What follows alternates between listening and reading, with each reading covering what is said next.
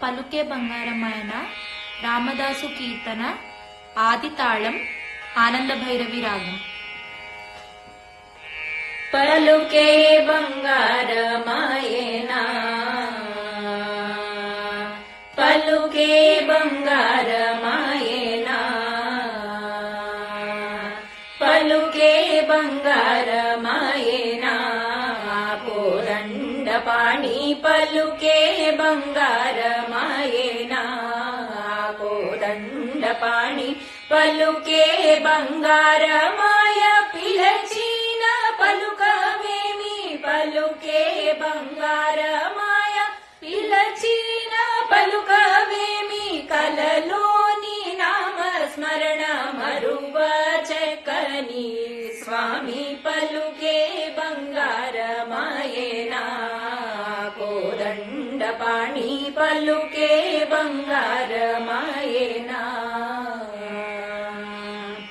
ఎంత వేడిన గాని సుందైన దయరాధ ఎంత వేడిన గాని సుందైన దయరాధ పంతము సేయలే ఎంతటి వాడను తండ్రి పలుకే బంగారమాయనా కోదండపాణి పలుకే బంగారమాయనా ఇరవుగా ఇసుకలోన పొరలిన ఉడతా భక్తికి ఇరవుగా ఇసుకలోన పొరలిన ఉడతా భక్తికి కరుణించి బ్రోచితివని నరనమ్మితి నిన్నే తండ్రి పలుకే బంగారమాయనా కోదండపాణి పలుకే బంగారమాయనా రాతి నతిగా చేసి భూతల మందున రాతి నతిగా చేసి భూతల మందున ప్రఖ్యాతి చందితివని ప్రీతితో నమ్మితి తండ్రి పలుకే బంగారమాయనా కోదండపాణి పలుకే బంగారమాయనా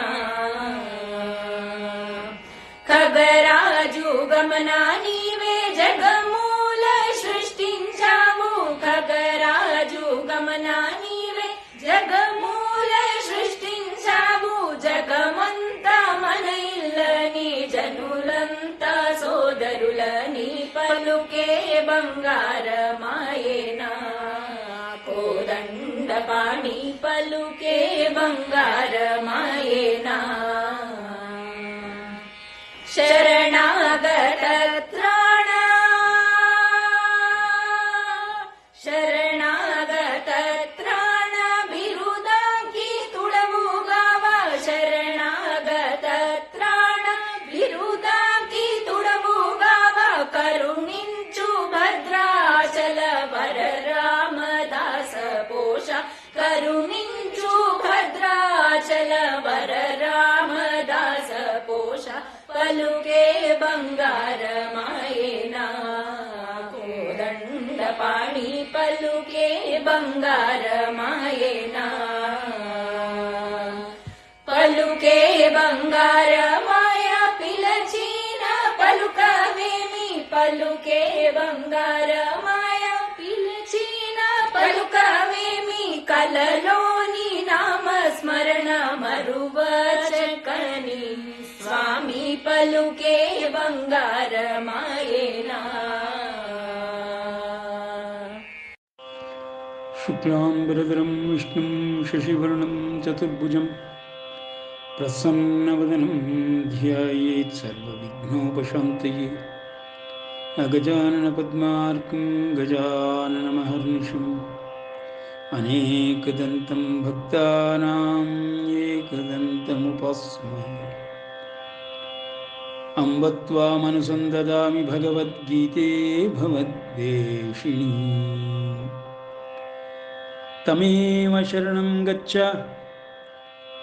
తమేవ శరణం గచ్చ సర్వభావేన భారత తత్ప్రసాదాత్ పరాం శాంతిం ಸ್ಥಾನಂ ಪ್ರಾಪ್ಸ್ಯಸಿ ಶಾಶ್ವತಂ ಇತಿ ತೇ ಜ್ಞಾನಮಾಖ್ಯಾತಂ ಗುಹ್ಯಾದ್ ಗುಹ್ಯತರಂ ಮಯಾ ವಿಮೃಶ್ಯೈತದಶೇಷೇಣ ಯಥೇಚ್ಛಸಿ ತಥಾ ಕುರು. ಇದುವರೆಗೆ ನಾವು ಭಗವದ್ಗೀತಾ ಜ್ಞಾನಾಭ್ಯಾಸದ ಪುರುಷೋತ್ತಮ ಯೋಗವನ್ನು ನೋಡುತ್ತಾ ಪರಮಾತ್ಮನು ಇಡೀ ವಿಶ್ವದ ಪ್ರಪಂಚದ ವ್ಯವಸ್ಥೆಯನ್ನೇ ವರ್ಣಿಸಲಾರಂಭಿಸಿದ್ದರಿಂದ ಮೊದಲಿನ 6 ಅಧ್ಯಾಯಗಳು ಮತ್ತೆ ನಂತರದ 6 ಅಧ್ಯಾಯಗಳು ಯಾವ ರೀತಿಯಲ್ಲಿ ಪರಮಾತ್ಮನಿಂದ ಜ್ಞಾನ ವಿಜ್ಞಾನವೆಂಬ ಹಂತಗಳನ್ನು ಹೊಂದಿದೆ ಎಂಬುದನ್ನು ತಿಳಿದುಕೊಳ್ಳುವುದಕ್ಕಾಗಿ 2 ರಿಂದ 6ನೇ ಅಧ್ಯಾಯದವರೆಗೂ ಪ್ರತಿಯೊಬ್ಬ ಜೀವಾತ್ಮನ ದೇಹವನ್ನು ಅದರ ಹುಟ್ಟುವಿಕೆಯಿಂದ ಆರಂಭಿಸಿ ಸಾಯುವವರೆಗೆ ಅದು ಹೇಗೆ ಬೆಳೆಯುತ್ತಾ ಅಭಿವೃದ್ಧಿ ಹೊಂದುತ್ತಾ ದೇಹತ್ರಯ ಶರೀರತ್ರಯಗಳಲ್ಲೂ ಸರ್ವತೋಮುಖವಾದಂತಹ ಸಾತ್ವಿಕ, ರಾಜಸಿಕ, ತಾಮಸಿಕ ಸತ್ವಗಳನ್ನು ಹೇಗೆ ಅಭಿವೃದ್ಧಿಪಡಿಸಿಕೊಳ್ಳುತ್ತದೆ. ಈ 3 ಶರೀರಗಳು ಪ್ರತಿಯೊಬ್ಬ ಜೀವಾತ್ಮನಿಗೂ ಹೇಗೆ ಕಾರ್ಯನಿರತವಾಗಿರುತ್ತದೆ ಎಂಬುದನ್ನು ಪರಮಾತ್ಮನು 6 ಅಧ್ಯಾಯಗಳಲ್ಲಿ ತಿಳಿಸಿಕೊಟ್ಟು ಪ್ರತಿ ಜೀವಾತ್ಮನ ದೇಹದ ರಚನೆಗಳನ್ನು, ಅದರ ಕಾರ್ಯಶೈಲಿಯನ್ನು ಪ್ರಯೋಗಾತ್ಮಕವಾಗಿ ಹೇಗೆ ಈ ಒಂದು ದೇಹವನ್ನು ಶರೀರತ್ರಯಗಳಿಂದ ಒಡಗೂಡಿರುವಂತಹ ಪರಮಾತ್ಮ, ಆತ್ಮ, ಪ್ರಜ್ಞೆ, ಅಂತಃಕರಣ 4 ಅಂಶಗಳಿಂದ ಕೂಡಿರುವಂತಹ ಅಹಂಕಾರ, ಬುದ್ಧಿ ಮುಂತಾದ 4 ಅಂಶಗಳಿಂದ ಕೂಡಿರುವಂತಹ ಅಂತಃಕರಣ ಕಾರಣ ಶರೀರವೆಂಬುದಾಗಿ ತಿಳಿದುಕೊಳ್ಳಬಹುದು. ನಂತರದಲ್ಲಿ ಬುದ್ಧಿ, ಮನಸ್ಸು, ಇಂದ್ರಿಯಗಳು ಮತ್ತು ಹೊರಗಿನ ಪ್ರಪಂಚ ವಿಷಯಗಳೆಂಬುದಾಗಿ ವರ್ಗೀಕರಿಸುತ್ತಾ ಈ ಬ್ರಹ್ಮವಿದ್ಯೆಯನ್ನು 6 ಅಧ್ಯಾಯಗಳಲ್ಲಿ ಅದರ ಜ್ಞಾನವನ್ನು, ಬ್ರಹ್ಮಜ್ಞಾನವನ್ನು ಪಡೆದುಕೊಂಡ ನಂತರದಲ್ಲಿ 6ನೇ ಅಧ್ಯಾಯದಲ್ಲಿ ಪ್ರಯೋಗಾತ್ಮಕವಾಗಿ ಹೇಗೆ ವಿವಿಧ ಸ್ತರಗಳ ಅನುಭವಗಳನ್ನು ಪಡೆಯಬಹುದು ಎಂಬುದನ್ನು ಪರಮಾತ್ಮನು ತಿಳಿಸಿಕೊಟ್ಟು ನಂತರದ 7ನೇ ಅಧ್ಯಾಯದಿಂದ 6 ಅಧ್ಯಾಯಗಳನ್ನು ಒಬ್ಬ ಜೀವಾತ್ಮನ ದೇಹವನ್ನು, ರಚನೆಯನ್ನು ವರ್ಣಿಸಿದಂತೆಯೇ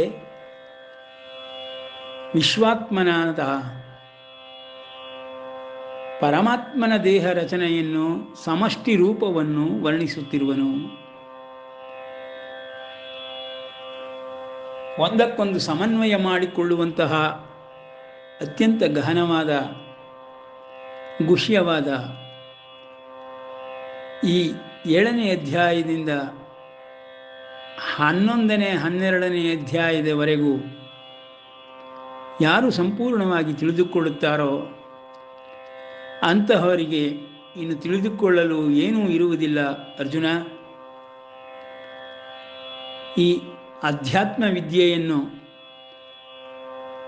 ಸಮಷ್ಟಿ ರೂಪದಲ್ಲಿ ಮತ್ತು ಪರಲೋಕಗಳಲ್ಲಿ ಇರುವ ಸಂಪೂರ್ಣ ವಿಷಯಗಳನ್ನು 7ನೇ ಜ್ಞಾನ ವಿಜ್ಞಾನದಿಂದ ತಿಳಿದುಕೊಳ್ಳಲಾರಂಭಿಸಿ 11ನೇ ಅಧ್ಯಾಯದವರೆಗೂ ಸಮಷ್ಟಿ ರೂಪದ ವಿಶ್ವಾತ್ಮನಾದ, ವಿಶ್ವದೇಹಿಯಾದ ಮಹಾವಿಷ್ಣು ಭಾವದಿಂದ ಹೇಳುತ್ತಿರುವಂತಹ ಕೃಷ್ಣನ ಮಾತುಗಳು ಸಂಪೂರ್ಣ ಜ್ಞಾನವನ್ನು ಕರುಣಿಸಿಕೊಡುವುದರಿಂದ ಇದನ್ನು ತಿಳಿದುಕೊಂಡ ಮೇಲೆ ಮತ್ತೇನನ್ನೂ ತಿಳಿದುಕೊಳ್ಳಲು ಉಳಿದಿರುವುದಿಲ್ಲ ಅರ್ಜುನ. ಜ್ಞಾನ ವಿಜ್ಞಾನ ಯೋಗದ 2ನೇ ಶ್ಲೋಕದಲ್ಲಿಯೇ ಪರಮಾತ್ಮನು ಅಭಯವನ್ನು ಕೊಡುತ್ತಾನೆ, ಗ್ಯಾರಂಟಿ. ಜ್ಞಾನಂ ತೇಹಂ ಸವಿಜ್ಞಾನಂ ಇದಂ ವಕ್ಷ್ಯಾಮಿ ಅಶೇಷತಃ. ಒಂದು ಚೂರು ಉಳಿಯದಂತೆ ಸಂಪೂರ್ಣವಾಗಿ ನಿನಗೆ ಈ ಒಂದು ಜ್ಞಾನವನ್ನು ಪ್ರಸಾದಿಸುತ್ತೇನೆ, ಕರುಣಿಸುತ್ತೇನೆ, ಕೊಡುತ್ತೇನೆ ಅರ್ಜುನ. ಈ ಒಂದು ಜ್ಞಾನವನ್ನು ಬ್ರಹ್ಮವಿದ್ಯೆಯ ಪರಲೋಕದ ನಿವಾಸಿಗಳಾದ ದೇವತಾದಿಗಳು, ಪಿತೃದೇವತಾದಿಗಳು, ಪುಣ್ಯಲೋಕಗಳು, ಪರಲೋಕಗಳ ಬಗ್ಗೆ, ಪರಲೋಕವಾಸಿಗಳ ಬಗ್ಗೆ ಸಂಪೂರ್ಣವಾದ ಜ್ಞಾನವನ್ನು ತಿಳಿದುಕೊಂಡ ನಂತರದಲ್ಲಿ ಯಜ್ಞಾತ್ವ ಯತ್ ಜ್ಞಾತ್ವ, ಯಾವ ಒಂದು ಪರಲೋಕವಾಸಿಗಳ ಸಂಪೂರ್ಣ ಜ್ಞಾನವನ್ನು ಪಡೆದುಕೊಂಡ ಮೇಲೆ ಇಹಲೋಕದಲ್ಲಿ ಭೂಯೋನ್ಯ ಜ್ಞಾತವ್ಯಂ ಅವಶಿಷ್ಯತೆ, ಯಾವುದೂ ಉಳಿದಿರುವುದಿಲ್ಲ. ಸಂಪೂರ್ಣವಾದ ಜ್ಞಾನ ವಿಜ್ಞಾನವನ್ನು ನಿನಗೆ ಕೊಡುತ್ತಲಿದ್ದೇನೆ ಅರ್ಜುನ. ಈ ಬ್ರಹ್ಮವಿದ್ಯೆಯ ಅಂತರ್ಗತವಾಗಿರುವಂತಹ ಪರಲೋಕವಾಸಿಗಳ ಪರಲೋಕದ ವಿಜ್ಞಾನವು ಅಶೇಷವಾಗಿ ನಿನಗೆ ಕೊಡುತ್ತಲಿದ್ದೇನೆ. ಇನ್ನು ತಿಳಿದುಕೊಳ್ಳಲು ಯಾವುದೂ ಉಳಿದಿರುವುದಿಲ್ಲ ಅರ್ಜುನ ಎಂಬುದಾಗಿ ಪರಮಾತ್ಮನು ನಿರ್ಣಯಾತ್ಮಕವಾದ ಅಭಯವಾಕ್ಯಗಳನ್ನು ಕೊಡುತ್ತಾ 2ನೇ ಶ್ಲೋಕದಲ್ಲಿ ಜ್ಞಾನ ವಿಜ್ಞಾನ ಯೋಗವನ್ನು ಮುಂದುವರಿಸುತ್ತಾನೆ. ಮನುಷ್ಯರುಗಳು ಹೇಗೆ ಮನುಷ್ಯಲೋಕ ಪರಲೋಕಗಳಿಗೆ ಸಂಬಂಧವನ್ನು ಸಂಪರ್ಕವನ್ನು ಹೊಂದಿದೆ, ಇಹಲೋಕ ಪರಲೋಕಗಳ ವ್ಯವಹಾರಗಳು ಅನಾದಿ ಕಾಲದಿಂದಲೂ ಹೇಗೆ ನಡೆದುಕೊಂಡು ಬರುತ್ತಿದೆ, ಮುಂದೆಯೂ ನಡೆದುಕೊಂಡು ಹೋಗುತ್ತದೆ ಎಂಬ ವಿಷಯಗಳನ್ನು ಪರಮಾತ್ಮನು ದೇಶಕಾಲಾತೀತವಾಗಿರುವಂತಹ ವಿಷಯಗಳನ್ನು ತಿಳಿಸಿಕೊಡುತ್ತಾನೆ. 6 ಅಧ್ಯಾಯಗಳಲ್ಲಿ ಕೇವಲ ಮನುಷ್ಯ ದೇಹದ ರಚನೆ, ಒಳಗಿನ ಸೂಕ್ಷ್ಮ ಶರೀರ, ಕಾರಣ ಶರೀರ ಮತ್ತು ಕ್ರಮವಾಗಿ ಜೋಡಿಸಲ್ಪಟ್ಟಿರುವಂತಹ ಪರಮಾತ್ಮ, ಆತ್ಮ, ಪ್ರಜ್ಞೆ, ಅಂತಃಕರಣ, ಬುದ್ಧಿ, ಮನಸ್ಸು, ಇಂದ್ರಿಯಗಳು ಮತ್ತು ವಿಷಯಗಳು ಇಷ್ಟನ್ನೂ ತಿಳಿಸಿಕೊಟ್ಟ ನಂತರದಲ್ಲಿ ಅವುಗಳಲ್ಲಿ ಒಂದೊಂದನ್ನು ಉಪಕರಣಗಳನ್ನು ಹೇಗೆ ಉಪಯೋಗಿಸಿಕೊಂಡು ಪ್ರತಿಯೊಂದನ್ನು ಅರ್ಥ ಮಾಡಿಕೊಳ್ಳಬಹುದು ಎಂದು ತಿಳಿಸಿಕೊಟ್ಟ ಪರಮಾತ್ಮನು ವಿವಿಧ ಸ್ತರಗಳನ್ನು ತಿಳಿಸಿದ ನಂತರದಲ್ಲಿ ಧ್ಯಾನ ಯೋಗದ ಮೂಲಕ ಯಾರೊಬ್ಬನು ಆತ್ಮ ಪರಮಾತ್ಮರ ಸ್ತರಕ್ಕೆ ಏರುವನೋ ಅಂತಹವನನ್ನು ಸಮಾಧಿಸ್ಥನೆಂದು, ಸ್ಥಿತಪ್ರಜ್ಞನೆಂದು ಹೇಳಿದ ಪರಮಾತ್ಮನು ಅಲ್ಲಿಂದ ಆತ್ಮ ಹಾಗೂ ಪರಮಾತ್ಮರ ವಿಷಯದಲ್ಲಿ ಸಂಪೂರ್ಣ ಜ್ಞಾನವನ್ನು ಪಡೆದುಕೊಳ್ಳಲು ಸುಗವಾಗಿ 7ನೇ ಅಧ್ಯಾಯದಿಂದ ಜ್ಞಾನ ವಿಜ್ಞಾನ ಯೋಗವನ್ನು ಬೋಧಿಸಲಾರಂಭಿಸಿದ್ದಾನೆ.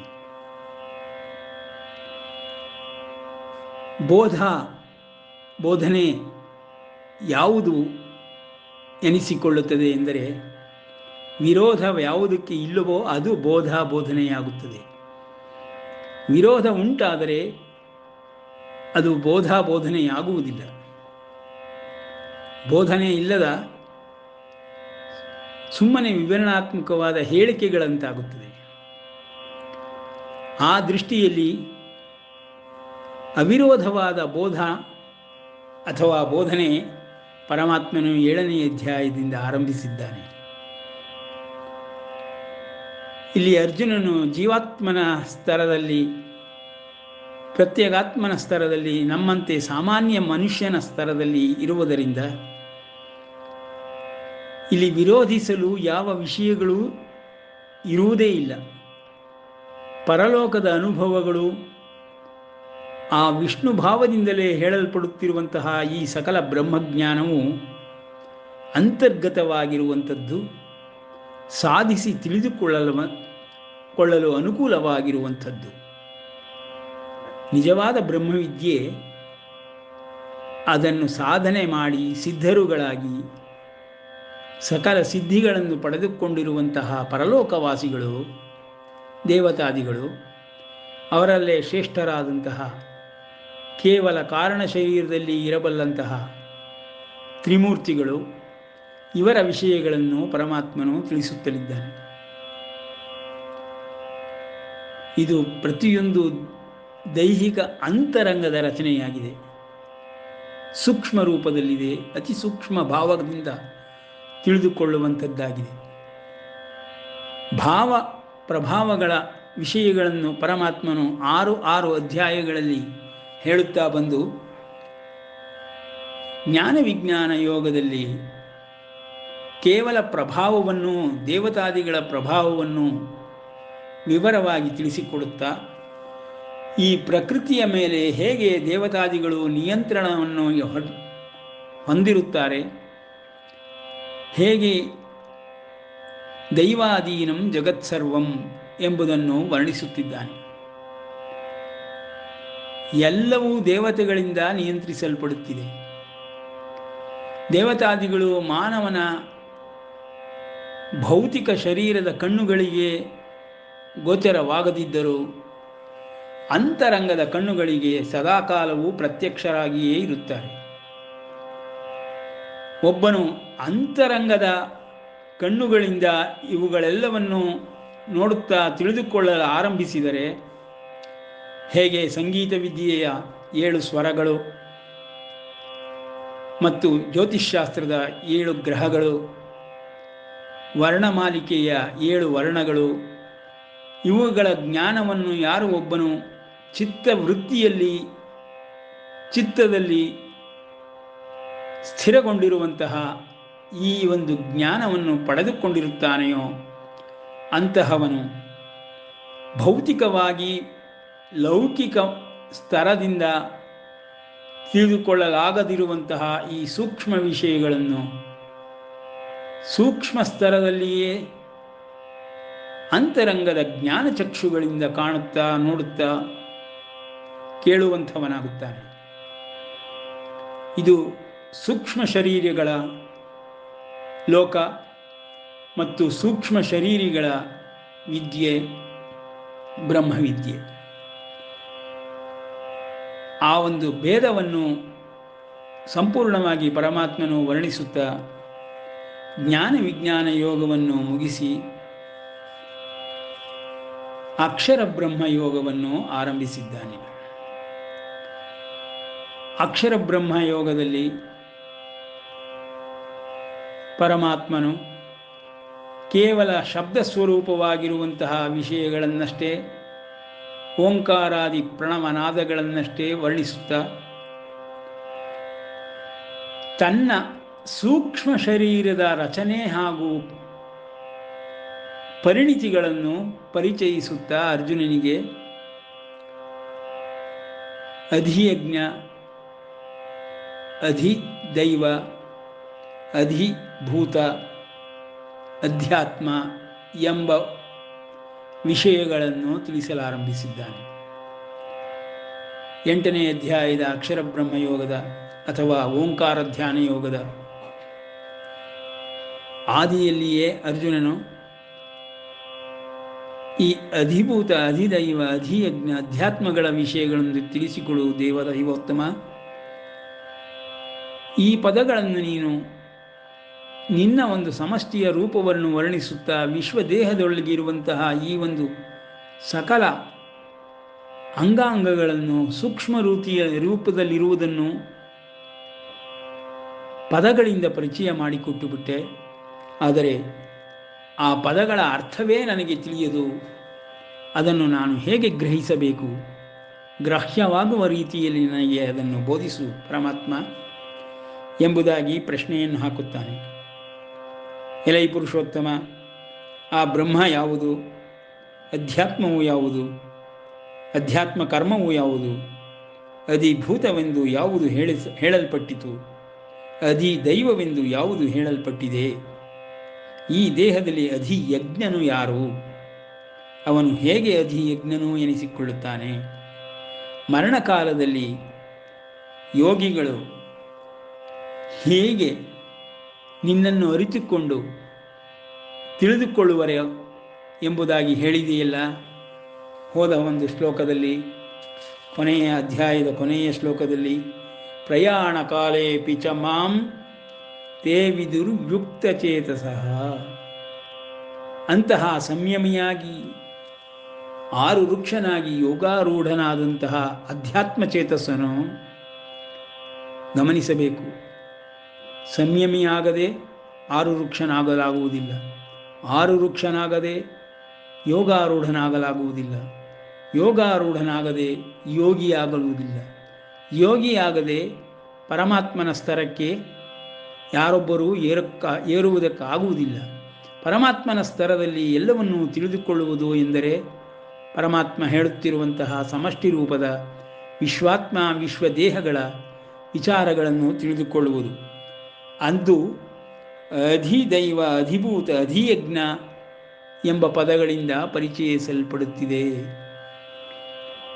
ಸಾಧಿಭೂತಾದಿದೈವಂ ಮಾಂ, ಪರಮಾತ್ಮ ಹೇಳುತ್ತಿರುವುದು ಮಾಂ ಎಂದರೆ ಪರಮಾತ್ಮನ ದೇಹದ ರಚನೆ ಸಮಷ್ಟಿ ರೂಪದಲ್ಲಿ ಹೇಗೆ ಗೋಚರವಾಗುತ್ತಿದೆ, ಹೇಗೆ ಕಾರ್ಯಶೈಲಿಯನ್ನು ಹೊಂದಿದೆ, ಯಾವ ರೀತಿಯಲ್ಲಿ ಇಡೀ ವಿಶ್ವವನ್ನೇ ವ್ಯಾಪಿಸಿದೆ, ಇಡೀ ವಿಶ್ವಕ್ಕೆಲ್ಲ ಹೇಗೆ ಪರಮಾತ್ಮನ ದೇಹವು ವ್ಯಾಪಿಸಿದ್ದು, ಅದರ ನಿಯಂತ್ರಣವನ್ನು ವಿಶ್ವಾತ್ಮನಾಗಿ ಹೇಗೆ ಪರಮಾತ್ಮನು ಮಾಡುತ್ತಿದ್ದಾನೆ ಎಂಬ ವಿಷ್ಣು ಭಾವದ ಸಕಲ ಜ್ಞಾನ ವಿಜ್ಞಾನವನ್ನು ಪರಮಾತ್ಮನು ಇಲ್ಲಿ ರಚನಾತ್ಮಕವಾಗಿ ಹೇಳಲಾರಂಭಿಸಿದ್ದಾನೆ. ಅಧಿಭೂತಂ, ಅಧಿದೈವಂ, ಅಧಿಯಜ್ಞಂ, ಅಧ್ಯಾತ್ಮಂ ಚಾಖಿಲಂ ಕರ್ಮ ಎಂಬುದಾಗಿ ಪರಮಾತ್ಮನು ಹೇಳುತ್ತಾನೆ. ಈ ಒಂದು ಜ್ಞಾನವನ್ನು ಯಾರು ಹೊಂದಿರುತ್ತಾನೆಂದರೆ ಯೋಗಾರೂಢನಾದ ನಂತರದಲ್ಲಿ ಯೋಗಿಯಾಗಿ ಯಾರೊಬ್ಬನು ಪರಮಾತ್ಮನ ರಚನಾತ್ಮಕವಾದ ಈ ವಿಶ್ವದೇಹವನ್ನು ತಿಳಿದುಕೊಳ್ಳುವನೋ, ಸಮಷ್ಟಿ ರೂಪವನ್ನು ತಿಳಿದುಕೊಳ್ಳುವನೋ, ಅಂತಹವನು ಪ್ರಯಾಣ ಕಾಲೇ ಅಂದರೆ ಅಂತ್ಯಕಾಲದಲ್ಲಿ ಪರಮಾತ್ಮನ ಈ ದಿವ್ಯ ಸ್ತರದ ದಿವ್ಯ ರೂಪದ ದರ್ಶನವನ್ನು ಪಡೆಯುವುದರೊಂದಿಗೆ ಚಿತ್ತವೃತ್ತಿಯಲ್ಲಿ ಅವನನ್ನೇ ಧ್ಯಾನಿಸುತ್ತಾ ಈ ಭೌತಿಕ ದೇಹವನ್ನು ಬಿಟ್ಟು ಬಿಡುತ್ತಾನೆಯೋ ಅಂತಹವನು ಪ್ರಯಾಣ ಕಾಲೇ ಪರಮಾತ್ಮನನ್ನು ತಿಳಿದುಕೊಂಡಂತಹ ವಿದುಹು ಯುಕ್ತ ಚೇತಸಃ, ಅವನು ಅಧ್ಯಾತ್ಮ ಯೋಗಿ ಮತ್ತು ಅಧ್ಯಾತ್ಮ ಚೇತಸನು ಯುಕ್ತನು ಎಂದು ಎನಿಸಿಕೊಳ್ಳುತ್ತಾನೆ ಎಂದು ಪರಮಾತ್ಮನು 7ನೇ ಅಧ್ಯಾಯವನ್ನು ಮುಗಿಸುತ್ತಾನೆ. ಆ ಯುಕ್ತ ಚೇತಸನಾದ ವಿಷಯಗಳನ್ನು ನನಗೆ ತಿಳಿಸಿಕೊಡು ಎಂಬುದಾಗಿ ಅರ್ಜುನನು ಪ್ರಯಾಣ ಕಾಲದಲ್ಲಿ ಹೇಗೆ ಅಧಿಯಜ್ಞನನ್ನು ತಿಳಿದುಕೊಳ್ಳುವುದು ಎಂದು ತಿಳಿಸಿಕೊಡು ಎಂದು ಪರಮಾತ್ಮನನ್ನು ಅರ್ಜುನನು ಪ್ರಶ್ನಿಸಲಾಗಿ ಪರಮಾತ್ಮನು ಈ ದಿವ್ಯವಾದ ಗುಹ್ಯತಮವಾದ ಜ್ಞಾನವನ್ನು ಅರ್ಜುನನಿಗೆ ಬೋಧಿಸಲು ಆರಂಭಿಸುತ್ತಾನೆ. ಅಕ್ಷರಂ ಬ್ರಹ್ಮ ಪರಮಂ ಸ್ವಭಾವೋ ಅಧ್ಯಾತ್ಮಮುಚ್ಯತೆ ಭೂತಭಾವೋದ್ಭವಕರೋ ವಿಸರ್ಗ ಕರ್ಮ ಸಂಹಿತಃ. ಇದೊಂದು ಶ್ಲೋಕವನ್ನೇ ಪರಮಾತ್ಮನ 4 ಪದಗಳನ್ನು ಸರಿಯಾದ ರೀತಿಯಲ್ಲಿ ಅರ್ಥ ಮಾಡಿಕೊಳ್ಳುವುದು ಬ್ರಹ್ಮವಿದ್ಯೆಯ ಅಡಿಪಾಯವಿದ್ದಂತೆ. ಇದನ್ನು ಸರಿಯಾಗಿ ಅರ್ಥ ಮಾಡಿಕೊಂಡು ಬಿಟ್ಟರೆ ಪರಮಾತ್ಮನನ್ನು ಅರಿತುಕೊಳ್ಳುವುದು ಅತ್ಯಂತ ಸುಲಭಮಯವಾಗಿರುವಂತಹ ಪ್ರಸಂಗ. ಅಕ್ಷರಂ ಬ್ರಹ್ಮ ಪರಮಂ, ಬ್ರಹ್ಮ ಪರಮಂ, ಯಾವುದು ಪರಬ್ರಹ್ಮವೋ ಬ್ರಹ್ಮ ಪರಮವೋ ಅದು ಅಕ್ಷರವಾದದ್ದು, ಕ್ಷಯವಿಲ್ಲದ್ದು, ನಾಶವಿಲ್ಲದ್ದು, ಶಾಶ್ವತವಾಗಿರುವಂಥದ್ದು, ಶಾಶ್ವತವಾಗಿರುವಂತಹ ಸತ್ಯ ಸತ್ವರೂಪದಿಂದ ಜಗತ್ತಿನಲ್ಲಿ ಬೆಳಗುತ್ತಿದೆ ಎಂಬುದಾಗಿ ಅಕ್ಷರಂ ಬ್ರಹ್ಮ ಪರಮಂ ಎಂಬ 3 ಪದಗಳನ್ನು ಪರಮಾತ್ಮನು ಉಚ್ಚರಿಸುತ್ತಾನೆ. ಇದು ಪರಬ್ರಹ್ಮನ ವಿಷಯದಲ್ಲಿ ಹೇಳುತ್ತಿರುವಂತಹ ಮಾತುಗಳು ವೇದೋಪನಿಷತ್ತುಗಳಲ್ಲಿ ಅಣುರಣುಗಳಲ್ಲಿಯೂ ಪ್ರತಿಬಿಂಬಿಸುತ್ತದೆ. ಈ ಬ್ರಹ್ಮಪದವನ್ನೇ ಸಂಪೂರ್ಣವಾಗಿ ಪರಬ್ರಹ್ಮನ ರೂಪದಲ್ಲಿ ನೋಡಲು ಋಷಿಮುನಿಗಳು ಪ್ರಯತ್ನ ಪಡುತ್ತಾರೆ. ಅಂತಹ ಅಕ್ಷರಂ ನಾಶವಿಲ್ಲದ ಸತ್ಯ ಎಂಬುದಾಗಿ ಪರಮಾತ್ಮನು ಹೇಳುತ್ತಾ ಇದನ್ನೇ ಬ್ರಹ್ಮ ಸತ್ಯಂ ಎಂಬುದಾಗಿ ಆದಿಶಂಕರರು ತೆಗೆದುಕೊಂಡಿದ್ದಾರೆ. ಪ್ರಸ್ಥಾನತ್ರಯದಿಂದ ಆರಿಸಿಕೊಂಡ ಮೊದಲ ವಾಕ್ಯ ಅಕ್ಷರಂ ಬ್ರಹ್ಮ ಪರಮಂ ಎಂಬುದರಲ್ಲಿ ಬ್ರಹ್ಮ ಸತ್ಯಂ ಎಂಬುದಾಗಿ. ಸ್ವಭಾವೋ ಅಧ್ಯಾತ್ಮ ಮುಚ್ಯತೆ. ಸ್ವಭಾವೋ, ಯಾವನೊಬ್ಬನು ಕಾರಣ ಶರೀರ ಸೂಕ್ಷ್ಮ ಶರೀರಗಳನ್ನು ಹೊಂದಿ ಭೌತಿಕ ಶರೀರವನ್ನು ಪಡೆದುಕೊಳ್ಳುತ್ತಾನೆಯೋ, ಭೌತಿಕ ಶರೀರ ಎಂದರೆ ಲೌಕಿಕ ಶರೀರ, ಪಂಚಭೂತಗಳಿಂದಾಗಿರುವಂಥದ್ದು, ಪಂಚೇಂದ್ರಿಯಗಳಿಗೆ ಗೋಚರವಾಗುವಂಥದ್ದು. ಈ ಭೌತಿಕ ಶರೀರವನ್ನು ಯಾರು ಹೊಂದುತ್ತಾನೆಯೋ, ಹುಟ್ಟಿನಿಂದ ಹೊಂದುತ್ತಾನೆಯೋ, ಆ ಶರೀರಕ್ಕೆ ಭಾವವೆಂಬುದಿರುತ್ತದೆ. ಅದಕ್ಕೆ ಕಾರಣವಾಗಿರುವಂತಹ ಮೂಲ ರೂಪದಲ್ಲಿ ಸತ್ ಎಂಬುದಿರುತ್ತದೆ. ಧ್ಯಾಯತೋ ವಿಷಯಾನ್ ಪುಂಸಃ ಎಂಬುದಾಗಿ ಹೇಳಿದ ರೀತಿಯಲ್ಲಿಯೇ ಸತ್ ಭಾವ ಎಂಬುದನ್ನು ಪರಮಾತ್ಮನು ಆದಿಯಲ್ಲಿಯೇ ವರ್ಣಿಸುತ್ತಾನೆ. ಈ ಸತ್ ಅಸತ್ ಎಂಬ ಪದಗಳನ್ನು ಪರಿಚಯಿಸುತ್ತಾ ಭಾವ ಅಭಾವ ಎಂಬ ವಿಷಯಗಳನ್ನು ಪರಮಾತ್ಮನು ಪ್ರತಿಯೊಂದು ಪ್ರತ್ಯಗಾತ್ಮನ ದೇಹದ ವಿಷಯದಲ್ಲಿ ಆದಿಯಲ್ಲಿ ತಿಳಿದುಕೊಳ್ಳಬೇಕಾದಂತಹ ಅಡಿಪಾಯದ ಜ್ಞಾನವೆಂಬುದಾಗಿ ಹೇಳಿಕೊಡುತ್ತಾನೆ. ಅದೇ ಪ್ರತ್ಯಗಾತ್ಮನ ಶರೀರವಲ್ಲದ ದೇವತಾತ್ಮನಾದ ಪರಮಾತ್ಮನಾದ ಅವನ ವಿಶ್ವದೇಹದ ವಿಷಯದಲ್ಲಿ ಪ್ರಭಾವ ಎಂಬುದಾಗಿ ತಿಳಿದುಕೊಳ್ಳಬೇಕು. ಹೇಗೆ ಭಾವ ಎಂಬುದು ಮನುಜನ ದೇಹದಲ್ಲಿ ಉತ್ಪತ್ತಿಯಾಗುತ್ತದೆಯೋ, ಹಾಗೆ ದೇವನ ದೇಹದಲ್ಲಿ ವಿಶ್ವದೇಹದಲ್ಲಿ ಸಮಷ್ಟಿ ರೂಪದಲ್ಲಿ ಇರುವಂತಹ ದೇಹದಲ್ಲಿ ಪ್ರಭಾವ ಎಂಬುದು ಇಡೀ ಜಗತ್ತಿನಾದ್ಯಂತ ವಿಶ್ವದಾದ್ಯಂತ ಹರಡಿರುತ್ತದೆ. ಅದಕ್ಕೆ ನೇರವಾಗಿ ಹೇಳುವುದಾದರೆ ದೈವಾಧೀನಂ ಜಗತ್ಸರ್ವಂ ಎಂಬುದಾಗಿ. ಅದನ್ನು ಸ್ವಭಾವ ಎಂಬುದಾಗಿ ಪರಮಾತ್ಮನು ಹೇಳುತ್ತಾ ಇದ್ದಾನೆ. ಈ ಸ್ವಭಾವ ಎಂಬುದು ದೈಹಿಕ ವಿಷಯ, ದೇಹಕ್ಕೆ ಸಂಬಂಧಪಟ್ಟದ್ದು. ಅದು ಸೂಕ್ಷ್ಮ ಶರೀರವಾಗಲಿ ಭೌತಿಕ ಶರೀರವಾಗಲಿ ಸ್ವಭಾವಜನ್ಯವಾಗಿರುವಂಥದ್ದು ಆ ಶರೀರದಿಂದಲೇ ಉತ್ಪತ್ತಿಯಾಗುತ್ತಿರುತ್ತದೆ. ಅದರ ಭಾವದಲ್ಲಿಯೇ ಅಂತಹ ಶರೀರಗಳಲ್ಲಿ ವಾಸ ಮಾಡುವಂಥವನು. ದೇವತಾದಿಗಳು ಸೂಕ್ಷ್ಮ ಶರೀರದಲ್ಲಿ ವಾಸ ಮಾಡುವುದರಿಂದ ಅದರ ಸ್ವಭಾವವು ಆ ಶರೀರದಿಂದಲೇ ವ್ಯಕ್ತವಾಗುತ್ತಿರುತ್ತದೆ. ಅದನ್ನು ಅಧ್ಯಾತ್ಮ ಕರ್ಮಗಳೆಂಬುದಾಗಿ ಪರಮಾತ್ಮನು ಹೇಳುತ್ತಾನೆ. ದೇವತಾದಿಗಳ ದೇಹದಿಂದ ಉತ್ಪತ್ತಿಯಾಗುತ್ತಿರುವಂತಹ ಈ ಸ್ವಭಾವವೆಂಬುದರಿಂದ ಪ್ರತಿಯೊಂದು ಅಧ್ಯಾತ್ಮ ಕರ್ಮವೆಂದೆನಿಸಿಕೊಳ್ಳುತ್ತದೆ. ಭೂತ ಭಾವೋದ್ಭವಕರೋ, ಅದೇ ಸೂಕ್ಷ್ಮ ಶರೀರಕ್ಕೆ ಭೌತಿಕ ಶರೀರವು ಉಂಟಾಗಲಾಗಿ ದೇವತಾದಿಗಳು ಭೌತಿಕ ಶರೀರವನ್ನು ಹೊಂದುವುದಕ್ಕಾಗಿಯೇ ಆಗಲಿ ಅಥವಾ ಭೌತಿಕ ಪ್ರಪಂಚಕ್ಕೆ ಲೌಕಿಕ ಪ್ರಪಂಚಕ್ಕೆ ಇಳಿದು ಬರುವುದಾಗಲಿ ಮಾಡಿದಾಗ ಉಂಟಾಗುವಂತಹ ಭೂತ ಭಾವೋದ್ಭವಕರೋ, ಈ ಭೌತಿಕ ಶರೀರದ ಭಾವ ಯಾವ ರೀತಿ ಉತ್ಪತ್ತಿಯಾಗುವುದೋ ಅದು ದೇವತಾದಿಗಳ ದೇಹದಿಂದ ಉಂಟಾಗುತ್ತಿರುವ ಪ್ರಭಾವವೇ ಕಾರಣವಾಗಿರುತ್ತದೆ, ಮೂಲವಾಗಿರುತ್ತದೆ. ಆ ಸೂಕ್ಷ್ಮ ಶರೀರದ ಮೂಲ ಪ್ರಭಾವ ಭೌತಿಕ ಶರೀರದ ಮೇಲೆ ಭಾವವಾಗಿ ಭೂತ ಭಾವೋದ್ಭವಕರೋ